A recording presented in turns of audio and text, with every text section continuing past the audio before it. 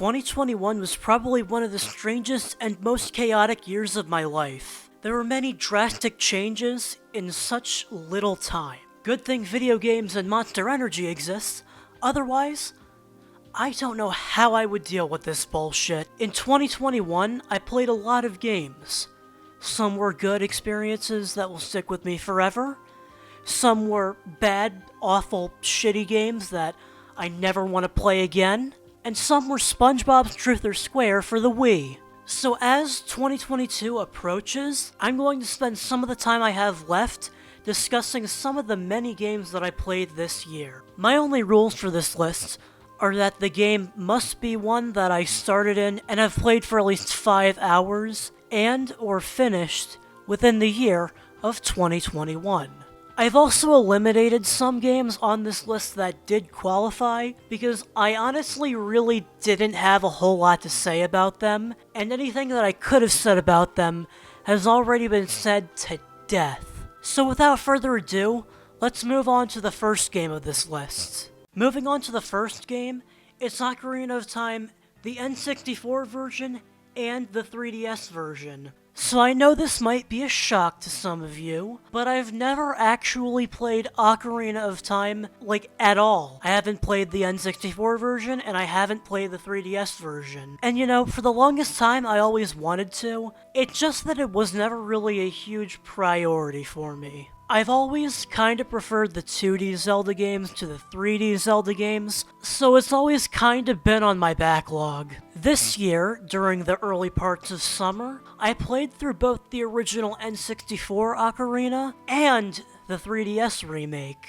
And while I really admire how ambitious the original was, I much prefer the higher frame rate and the better graphics of the 3DS version. Although, I can still appreciate both versions for what they've done and what they are, and it's very clear that there was a lot of effort put into making both versions. Now obviously with the original, it was their first time making a 3D Zelda game, and it was released on the Nintendo 64, which was look, for as much as I like the N64, that console had shitty hardware. Even for the time. So obviously, it's expected that they had to put their all into making it the best that it could possibly be. And with the 3DS remake, you can tell that it was a lot more than just a quick cleanup job. Seriously, they fixed a lot of the bullshit in the original, while also giving it the same feel, challenge, and charm as the original. Other than that, there's not really much I can say that hasn't already been said. So I'll move on to the next game. The next game is Shin Megami Tensei 5. As you know, I am a giant fan of the Megami Tensei series, and if I'm being honest, this is probably the only game that I was actually looking forward to this year, and I think it definitely lives up to the hype in many aspects. Nahobino feels very fluid to control, especially when running. It feels so smooth and fluid that honestly I felt like I was completely in control of my own actions, and that any misstep I took was my own, and not the game's fault. So if you fuck up in this game, and you blame the game, well then you're basically Dark Side Phil. There's no changing your fate, you're just Dark Side Phil at this point. This is aided by the stellar exploration of Dot and the Joey in high school. It's a lot and I know people are gonna be no, it's not actually like that. But no, I feel like this is like Breath of the Wild, where even if you aren't doing anything relevant to the plot, it's still fun to just look around the environment and think about where it all went wrong. The school itself is also very expansive and fun to look through, even if it is a little bit limited in where you can actually go. The combat is just as good and snappy as it's always been, with the added balance of the newer SMT and Persona games. Lastly, there's the presentation of the game's world, which is sold expertly through the environments you crawl through and the ambient music that adds to the overall feeling of your situation. You're in a post-apocalyptic Tokyo, where demons swarm the place and everyone has to fend for themselves. I also think the game works really well as a Switch exclusive due to the nature of the gameplay as it feels very pick-up-and-play oriented. While there were many positives with this game that I expressed, I also felt that there were some weaker parts of the game, such as the story, more so with the screen time the characters get and how inconsistent it can be. For some characters, it's so bad that it genuinely makes me question why they even put the characters in the game. Like, if you're not gonna show them in the game, what's the fucking point of even putting them in the game? You could probably remove them from the game and it would have little to no impact at all. And then there are the characters who I felt got too much screen time for events that didn't really give off a strong impact. Another thing about the game is that while I did praise it for being well oriented for the Switch with its playstyle, it isn't the most optimized experience for the Switch. And I say this because there were many parts in my playthrough where I noticed that there were a lot of stuttering and the frame rate kind of going from 30 to 25, and in some spots it was very annoying. But overall, I'd say that I've enjoyed my time with SMT5. It's good, but it's understandable why some of the more hardcore Megaten fans probably aren't going to enjoy it as much.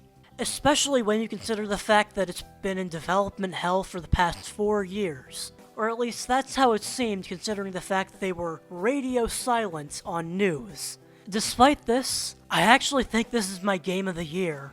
Up next is Bowser's Fury, which I do consider its own thing, even if Nintendo wants to market it as side content. Which, by the way, that Switch port of Mario 3D World is so good that it actually changed my mind about the game in general. However, that game doesn't qualify for this list because I played it back in 2016 on the Wii U, so that's a story for another day, unfortunately. So, initially I wasn't even going to support this release, but one day in the summer, I made an impulsive purchase and ended up playing through it multiple times. And starting off, I just want to say how much I love the scope and scale of the entire world. It's like Odyssey had a bunch of smaller sections that were seamlessly linked together. Another thing that I liked were the fights against Bowser, which have this feeling of grandiosity and spectacle to them that doesn't feel generic or overused like they have in many of Mario's previous outings. I also like how well the world itself is designed, and it's very clear that they made sure to have the level design work with the more, in my opinion, limited control of 3D World's Mario. In fact, the only thing I would actively say I didn't like about this game is its performance. When the Switch is docked, it runs at a perfect 60 FPS, but when you're playing in portable mode, it only runs at 30 FPS. It just doesn't look right at all, and it honestly keeps me from playing it a lot of the time. I get it, the Switch isn't the most powerful console out there due to its nature as a hybrid, but come on. Super Mario 3D World itself runs at 60 FPS undocked. Other Mario games run at 60 FPS undocked as well. All I'm saying is that I don't think it would have been that hard to get it running at 60 in handheld mode, but maybe it is and I'm just stupid. Overall, it's a solid 3D Mario game, and that's okay, because that's really all it needed to be. Just a solid add-on to justify the price of the 3D World Switch port. The next game is the Resident Evil 2 remake, which was something that I had been meaning to get around to playing ever since it came out. This one was also an impulse buy during the Steam Summer Sale, and even then, I didn't even get around to playing it until probably a month after I bought it.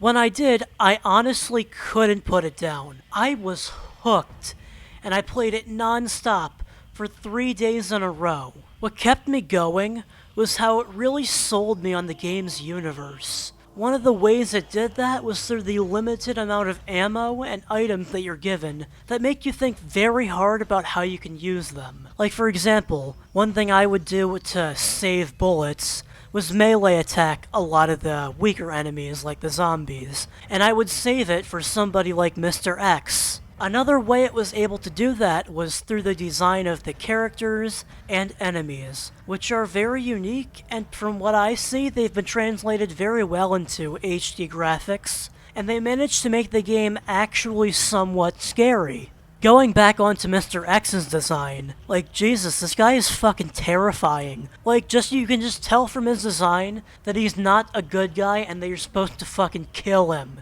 and just stun him until he fucks off. I also really enjoyed the exploration of the environments and how immersive it was. Like, no joke, I legitimately thought that I was in the world of the game, and I didn't even realize I was playing a game until I pressed the pause button by accident. Overall, it left me with a great first impression of the Resident Evil series, and I hope to play more in the future.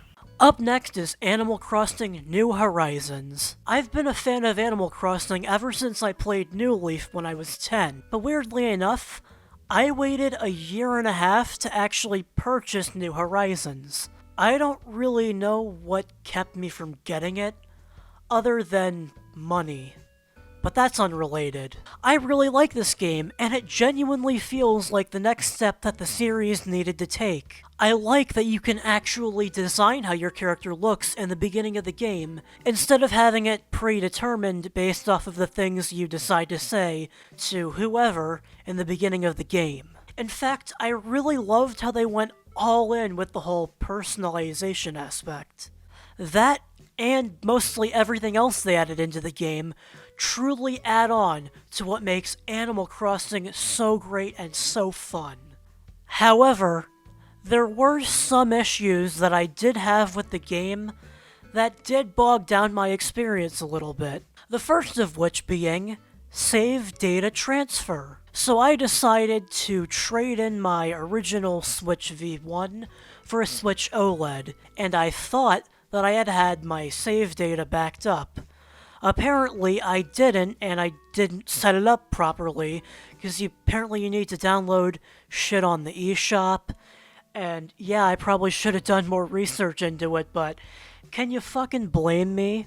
I thought that the island backup that I had made within my previous save file would just automatically transfer over to my new Switch, and I was wrong about that. And I had to sit through at least a few hours of confusion before I actually figured out that I had lost all of my shit. Just 30 hours down the drain. You gotta love that. It's just so great. The second of which being the fact that all the tools now break very easily, and it's very clear this is done only to give meaning and purpose to the crafting system, which I understand, but if I'm being honest, I don't really like the crafting system, and I think the game would be better off without it.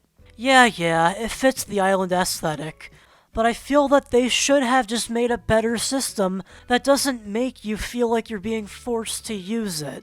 Another thing I really didn't like was how much time you actually need to dedicate to your game if you want to keep progressing within each day. In previous titles, you could get by with just 15 to 30 minutes of playtime each day, and everything would be alright. You could just progress and play it casually. But with New Horizons, it feels like I need to spend a few hours each day just to keep up to date with all the bullshit happening on my island, which I felt led to the game feeling a lot less pick up and play oriented. My third and final issue with the game is that if you miss one single day of playing the game, it can be really hard to get back into playing it regularly. It's minor, but a genuine issue nonetheless. So, yeah, it's pretty good, and for me at least, it is replacing New Leaf for a while, but it does have many faults of its own, and it's by no means a perfect game. The next game is Scott Pilgrim vs. the World Complete Edition, and all I have to say is that I really wanted to like this game. I really wanted to. I'm a huge fan of Scott Pilgrim. I've seen the movie many times, and I've read through the graphic novels, and I'm also currently trying to collect both the original black and white ones, as well as the ones that are in color. For at least 5, maybe even 6 years, I've been wanting to play this game officially. And to cope with that, I would just listen to the soundtrack over and over and over again. When I finally got the opportunity to play it through this release, I was more than excited and overjoyed to finally experience it. Then I played through the game, and I wasn't having a good time. I felt that the game was too focused on the multiplayer co-op aspect, to the point where, to me at least, the levels didn't feel suited for single players. I often saw myself getting several game overs on the first level and every level after that for stuff that could probably be easily dealt with if you were to play with multiple people. Eventually, when I did master the levels, I came across another issue. The levels were very clearly padded out, and they often overstayed their welcome. I get it. The team that worked on this game only had like 5 months to make it, and so they tried their best, and I commend them for that. But I feel like they could have tried other methods of making the levels longer without them overstaying their welcome. Another issue I had with the game is probably just a me thing, but I really don't like the way that the characters' physics and controls work. I don't know why, it's just that the controls felt really stiff and static to me. And the final issue I had with this release of the game in particular is the way that they went about adding in the DLC from the original release. You see, in the original release of the game, there was some add-on content like extra characters, extra modes, all that sort of stuff. And it is included in this release. However, in order to unlock one character in particular, Knives Chow, you need to link your Ubisoft account to the game, and she'll be instantly playable. Now, while it is obvious that this is probably an anti-piracy measure, it's still really annoying, and it makes me question the game's longevity. What if Ubisoft goes defunct? What if somebody at Ubisoft decides to cut off this feature just for the sake of saving money and server space for other shit? What if it stops working one day and Ubisoft does nothing about it? What if Ubisoft loses the rights to the Scott Pilgrim license? What if you don't want to make a Ubisoft account? All these questions make me wonder why they didn't go with something like DRM. Sure, it would have sucked to have DRM, but someone could easily just crack and remove the DRM, and the content would still be there. At least in the PC version, you don't have to do this because you're purchasing it directly from Ubisoft. And despite all this negativity, there are some positives here. Like the presentation, for example. It's probably the best part of the game in my opinion. The music composed by Anna Monoguchi is just as good as their other music, and it fits well within the overall aesthetic of the game. The design of the characters and the stages is also really good too, and the smoothness of their animation really adds to the beauty of it all.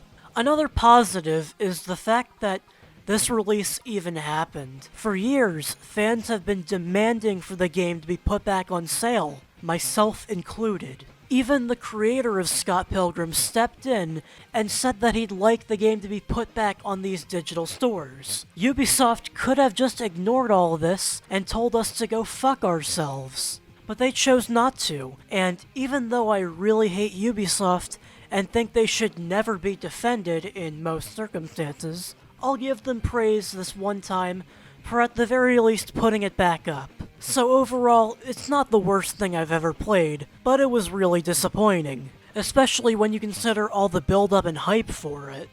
So that wraps up the list of games I've played this year. Or does it? As I mentioned in the beginning of this video, there were some games that qualified for the list, but I ended up excluding. And this is because I felt like I really didn't have much I could actually say about those games, besides maybe like a one-sentence review of what I thought about it. So I figured I'd just do a lightning round with some of those games. Starting off, Crash Bandicoot 4 is a pretty solid Crash game, as long as you aren't going for 106% completion. Sin and Punishment 64 is a really fun on-rails shooter, and I wish that more people talked about it. Dragon Quest XI-S is a really good JRPG that has great exploration, amazing combat mechanics, and a really, really good story with characters that I grew to love and appreciate. And ending off this lightning round, Sonic Colors Ultimate wasn't as bad as people made it out to be, at least in my opinion. I thought it was a decent enough port, and $40 was, it was a justifiable price to me. As I close out this video, I also want to state that videos will be more consistent in 2022, and they'll be similar to this one. I also want to let you know that any previous videos that were uploaded to this channel under the Akihiro-chan name will be viewable within a playlist linked below in the description. With this video said and done, I hope to see you in the next one.